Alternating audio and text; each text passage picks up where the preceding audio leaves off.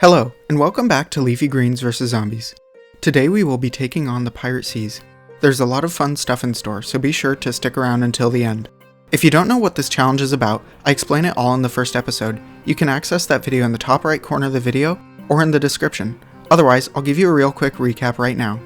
I can only use leafy green plants. I have to play levels in order. No power-ups, level-ups, or buying plant food. I'm allowed to skip levels that pick some or all of my plants. No spending money on the game. No interacting with pre-planted plants. The Zen Garden is allowed only in the most extreme circumstances. And lastly, I'm allowed to introduce or modify rules mid-challenge. Real quick before we start, I'd just like to ask that you show your support and feedback for the video. It really helps me out. Now let's get into it. In the previous episode, we unlocked cabbage pult, iceberg lettuce, and bok choy, so obviously we'll be starting this world with those three plants unlocked. We don't unlock any more leafy greens from the Pirate Seas levels, so we are going to have to just stick with these three plants for the time being. But make sure to stay around until the end of the video, because I have something special in store. Day 1, like usual, is nothing too significant. We passed the level pretty easily, and so I'm just going to bring us right to Day 2.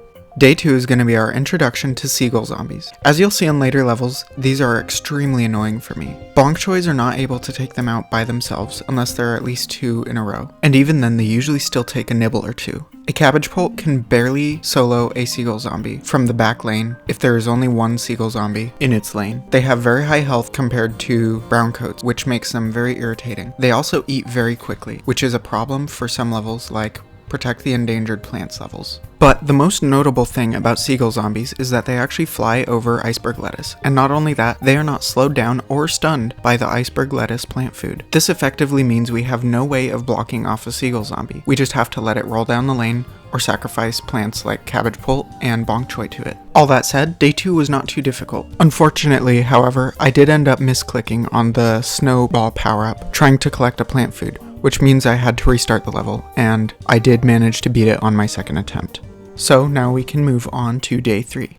Day 3 is our introduction to the Swashbuckler zombie. Fortunately, these zombies aren't too difficult for us because a bok choy can solo a single Swashbuckler, and 2 bok choys can pretty easily take out a pair. This is useful because usually Swashbucklers only come in singles or in pairs because they aren't sending normal zombies down that lane. Day 3 is pretty easy, and we unlock Snapdragon, which is entirely useless to us. Day 4 is pretty basic, so we're pretty much just going to skip straight through the level, and we will move on to the next day.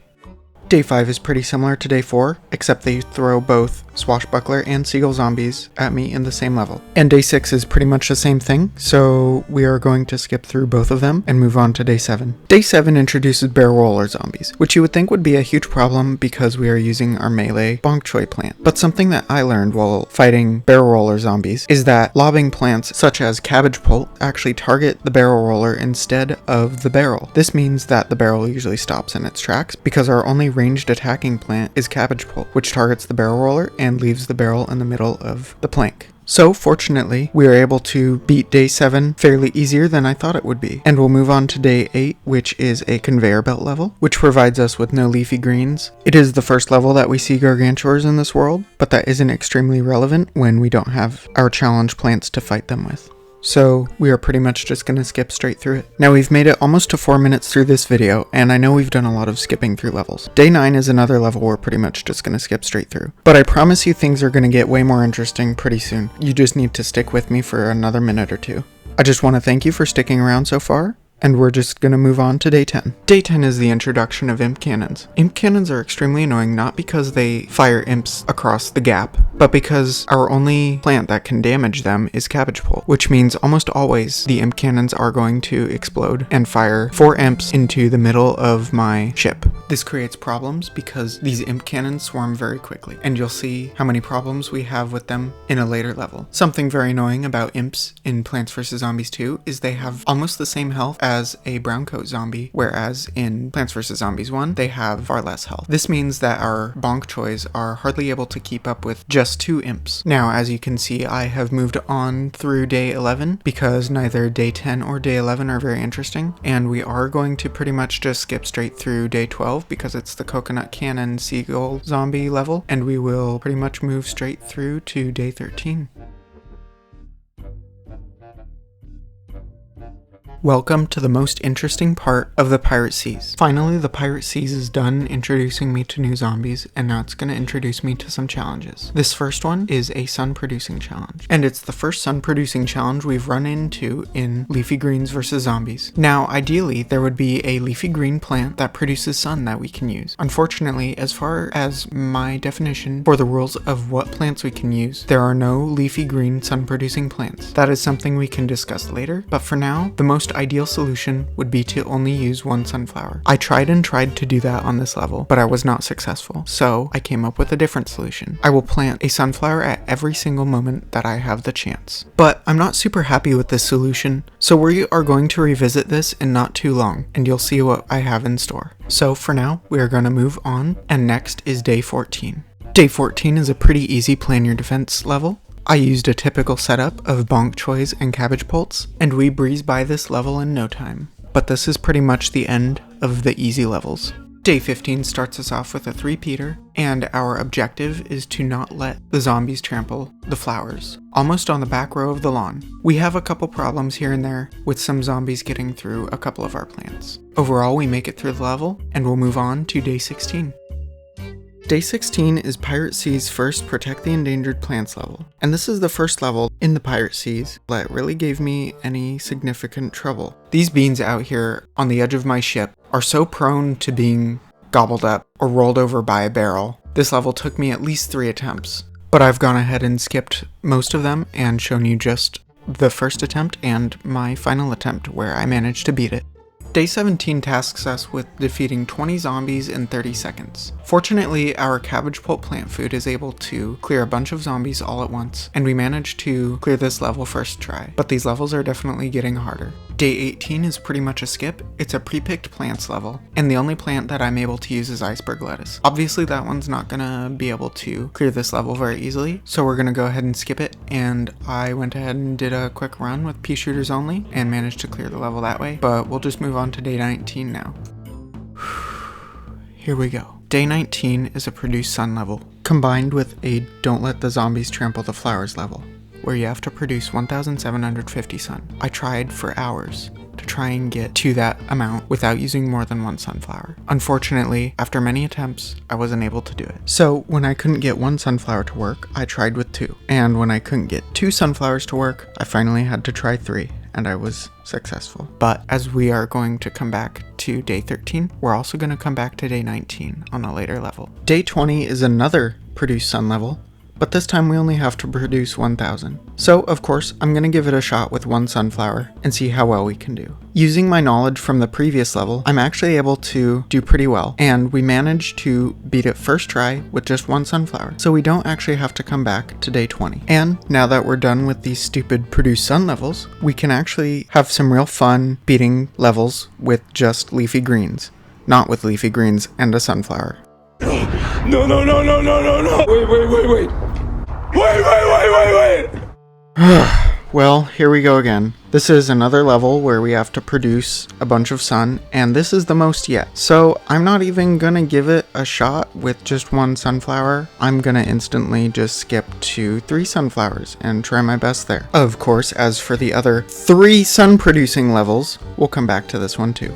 Now for the hardest level of this challenge yet, day 22. Day 22 is a level without any planks connecting the 2 ships together. There are only imp cannons and swashbucklers in this level. This level is extremely swarm heavy, and swarm is something that my setup does not defend well against. I tried all sorts of different strategies, with no cabbage pults, with only cabbage pults, lots of bonk choys, no bonk choys. Bonk choys further forward, further backward, saving plant foods till the end, using them up at the beginning. I really tried everything that I could, but unfortunately I was not able to beat this one, so we had to take an extreme measure. If only there was a way that I could push the zombies off the edge with the extra sun I have at the beginning of the level.